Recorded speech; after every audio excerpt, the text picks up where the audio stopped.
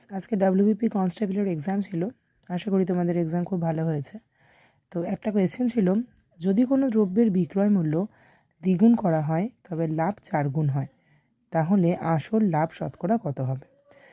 কী করে করা যায় দেখো, সিপিটাকে আমরা এখানে ধরে নেব 100, বিক্রয় মূল্য বলেছে দ্বিগুণ হচ্ছে, তাহলে এসপিটাকে আমি এক্স ধরে নিই, তাহলে আমার প্রফিট এখানে কি হবে?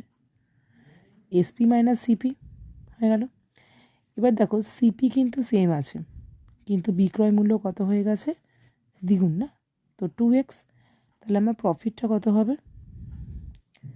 2x মাইনাস 100, কিন্তু বলেছে প্রফিটটা আমার 4 গুণ হয়, তাহলে এটার 4 গুণ। So 2x minus 100 equals to 4 into x minus 100। এখান থেকে সলভ করো, এক্সের ভ্যালুটা দেখবে 150 আসবে। তো কত পার্সেন্ট বেড়ে গেল? শতকরা 50% বেড়ে গেল। সো বুঝতে কোনো অসুবিধা হলে আমাকে অবশ্যই কমেন্ট সেকশনে জানাবে। Thank you for watching my video.